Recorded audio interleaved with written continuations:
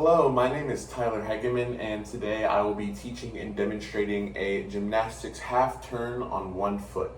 This is a skill that is often used in beam routines as well as dance floor routines.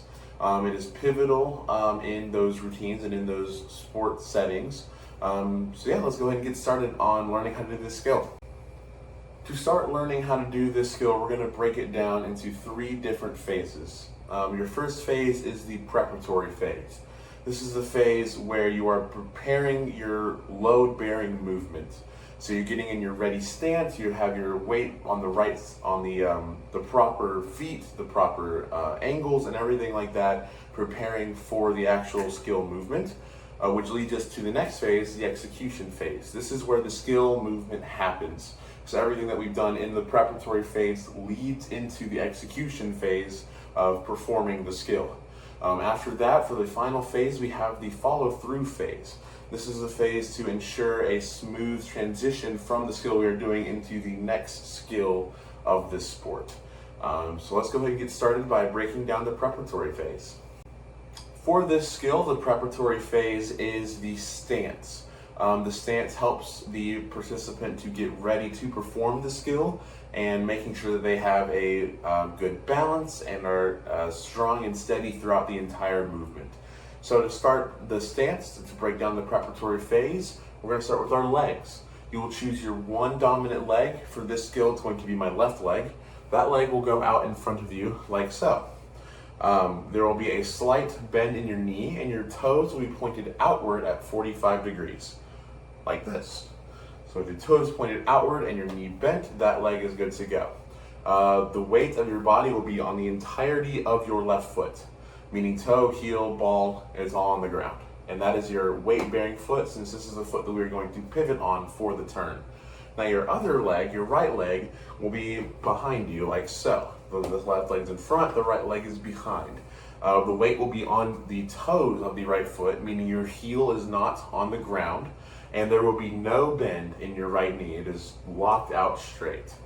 And this is how your leg stance should be. And you are, your weight is on the left leg, partially on the right. The reason that we have the heel up and it's on the toes is so we can push with power into our turns, which I'll show you later. The next part is your core. Your core is vitally important, not only in this skill, but in all of gymnastics, to maintain balance and stability, and also a little bit of strength as well. So for this, your core is engaged, keeping your upper body upright. You don't want to be slouched over or leaning any kind of way. If you are, it's going to be really hard to perform that turn. So your core is engaged. Your chest, because of the core engagement, your chest is up and your shoulders are back. They're not hunched over like so. They're up like this, with a strong, confident stance. Next, you want to have your arms positioned where they need to be. So for the left side, your dominant side, your left arm is going to be bent at 90 degrees in front of your body like so. And your wrist will be straight, as well as your hand and fingers all on a nice smooth line in front of you like this. So bent at 90 degrees in front of your chest. Your left arm will be out to your side. Now I'm going to turn. It's not going to be straight out like this. It's going to be back about 10 degrees and up about 10 degrees. With this, yes, up and out at 10 degrees. With this, there's going to be a slight bend in your wrist. So it was here, I bent it here, just to kind of make up for this going up, so this goes down to help maintain balance. So, leg out, leg back, toe, foot, bend, no bend, core is engaged, chest is up, shoulders back, you have left arm, you have right arm, and finally your eyes. Your eyes are going to be looking at a target, something in front of you that is not moving. That way it can help you maintain balance throughout your movement, because if you're looking at something that's moving, you are more likely to move with it. So we want to look at something that is not moving. So let's run through that one more time. We are starting our skill with the preparatory phase. We're going to go out with our left foot with a bend. We're going to go back with our right on our toes with no bend. We're going to engage our core, chest up, shoulders back, left arm bent in front of us, right arm back like so, eyes up, and we are ready to perform the skill. Now that we are in our preparatory phase stance, we can now move on to the execution phase, the actual skill movement. So to start the execution phase, the first thing that the participant is going to do is extend their left elbow. So we're bent here, we're going to extend here. Very simple movement. However, the next movement has 3 simultaneous motions happening at the same exact time. The first one comes from your right leg. So as we are in this stance, remember we are on our toes. Your right leg is going to push off your toes and drive your knee up to be parallel with your hips and with a 90-degree bend. So we're here and we're pushing up. Here, pushing up. That is the first of the 3 simultaneous movements. The second is from our left foot, the foot that is firmly planted on the ground. We're going to go up onto our toes. So as this knee is driving up, we are pushing up on our toes. It's very hard to hold in the air, but we don't stay in the air. Just for the purpose of demonstration, I'll try to. So we're here, we drive up like so. And the third simultaneous motion comes from the arms. After we've extended out to here, and as we are driving up, our arms drop to our sides. They do not touch our sides because like that hitting can knock off your balance a little bit, so you want to be careful about that. But your hands should be shaped like this, with your fingers straight up and your thumb to the side of your hand, with them touching but not overlapping. And they will be coming down to the side of your body like so, on both sides. So they're here, and they're going to drop right here. So those 3 motions happen at the same time. So let's recap what we've learned so far from the execution phase. We're in our preparatory phase stance. The first step is to extend the elbow. Then the next 3 happen at the same time: the drop, the drive, and the push-up. Drop, drive, push-up. Looks like this. Just like that. Now, once we are up on our left toes with our knee bent, our right knee bent in the air and our arms down to our side, we're going to use the momentum created from both driving the right knee and pushing up on the left toes, and we're going to engage our core and our hips, and we're going to rotate 180 degrees. So here's a demonstration. Here is a proper demonstration. So it is much easier to do on like a tile with socks on, where there's not as much friction, but want to be careful about that because it also is a lot easier to slip and fall. So that's just something to be aware of.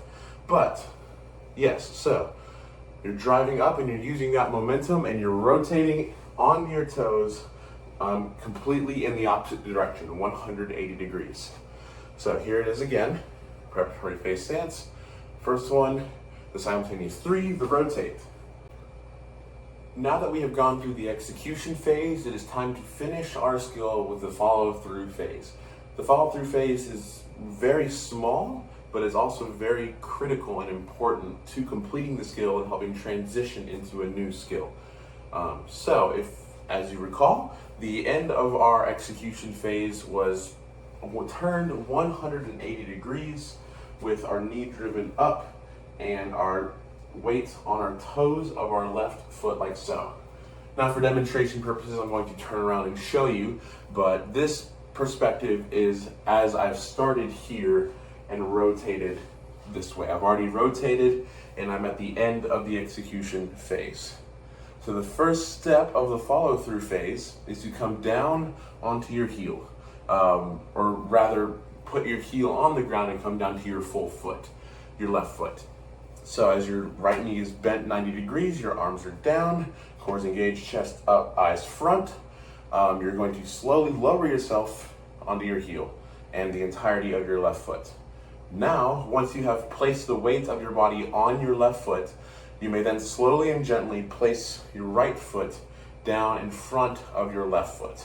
Now, it needs to be very close, maybe 2 to 3 inches at most, in front of your foot, with the toes of your left foot in line with the heels of your right foot. So I'm going to show from this point of view. Once you've come up, or you're at the end of your execution phase. You come down onto your heels and down right here. Very minimal separation between those feet, and they are in line. During this entire motion, this entire part of the skill, your core remains engaged for balance. Your chest, your eyes, they've all stayed the same. And that's the follow-through phase. So now I'm going to demonstrate not only the follow-through phase, but each aspect of the skill combined into one fluid motion with verbal instruction and teaching cues as well. So to start, we have our preparatory phase. Left foot is out, bent, and weight on the full foot. Right foot is back, straight, and weight on the toes. Core is engaged, chest up, shoulders back, left arm bent in front of us, right arm straight behind us, and our eyes are in front of us. Now for the execution phase, we're going to bring this out, down, up, rotate. I'm going to demonstrate that again. It's much harder to do slowly and while talking, so it's going to be a purely visual demonstration for the execution. And follow through. Now that follow through was way too far apart, but I was just trying to maintain my balance. I am no gymnast, but I hope that you get the picture. I'm going to try that one more time. I'm learning this skill as well, so bear with me. I think that was good. My feet were just a little far apart. But that is how the skill combines and flows together. Now that we have broken down the skill, I'm now going to teach it to my friend here, Pierce. He will be demonstrating the skill as I teach it to him. So, to start the skill, there's 3 stages. You have the preparatory phase, the execution phase, and the follow-through. The preparatory is getting in your ready stance. The execution is doing the skill, and the follow-through is how you transition from one skill to the next. So for the preparatory phase, your stance, you can copy it as I do it. Your left leg is deemed as your dominant, so it's going to be out in front of you like so. Your left toes are going to be pointed out 45 degrees with a slight bend in your knee. Your right foot is going to be facing forward with the toes straight, back a little bit, and no bend, so a straight knee.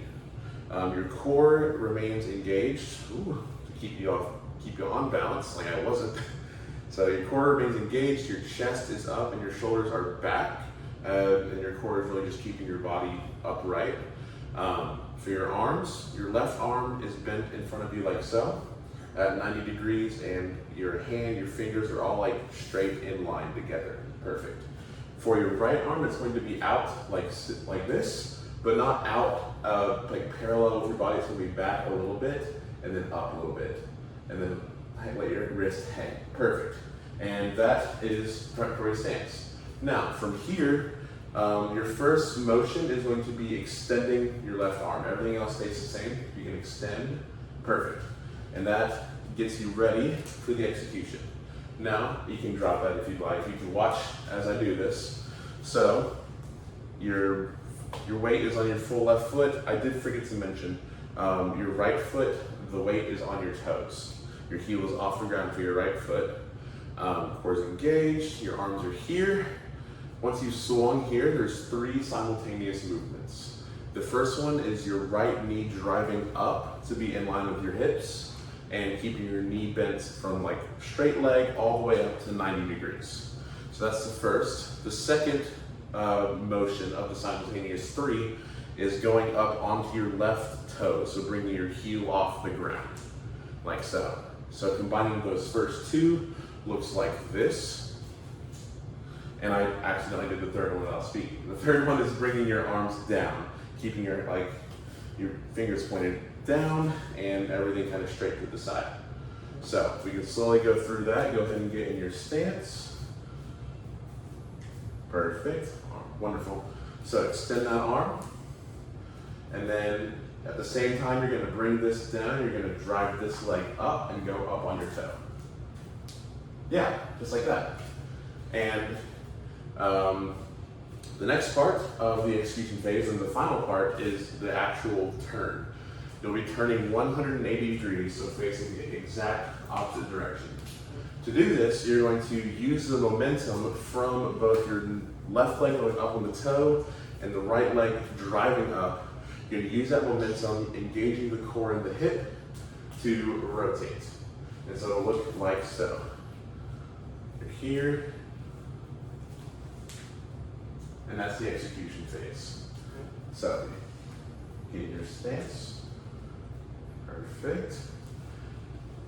Extend the simultaneous 3 and rotate. Yes, good. And that is the execution phase. Now, the final phase, the follow through, is very simple. So after you've rotated, complete 180 degrees, and your leg is bent and you're up on your toes, all you're gonna do is bring your right foot down in front of your left foot. Everything else stays the same, you're just bringing it down, and also bringing your left heel down onto the ground. So go ahead and get up on your toe, just like this, and practice just doing that follow through. Yeah, perfect. So let's go ahead and go through the entire motion just one last time.